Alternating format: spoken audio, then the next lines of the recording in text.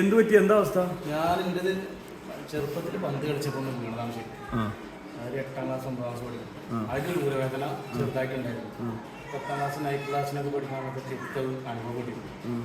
പിന്നെ അതിന് ശേഷം പഠിപ്പൊക്കെ കഴിഞ്ഞ് കണക്ക് കഴിഞ്ഞ് ഗൾഫിൽ പോയപ്പോൾ ഫുൾ ഡ്രൈവിംഗ് ആയി.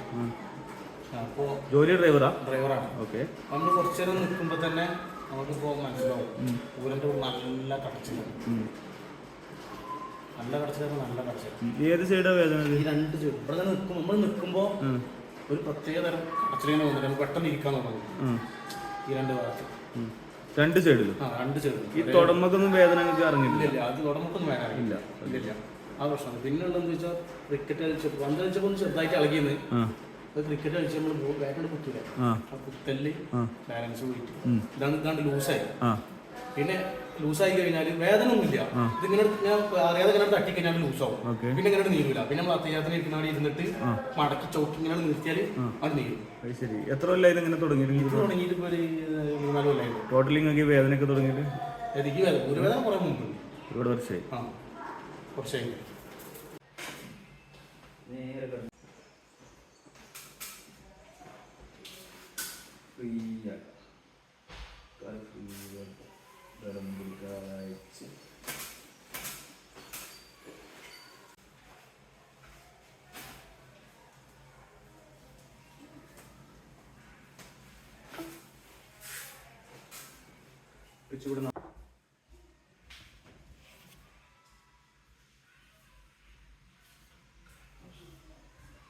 എന്താ തോന്നുന്നത് നിങ്ങൾക്ക്?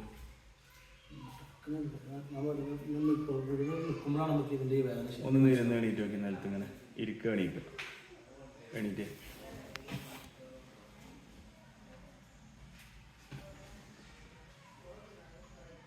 ഈ കുറച്ചേരം നിന്ന് നോക്കി.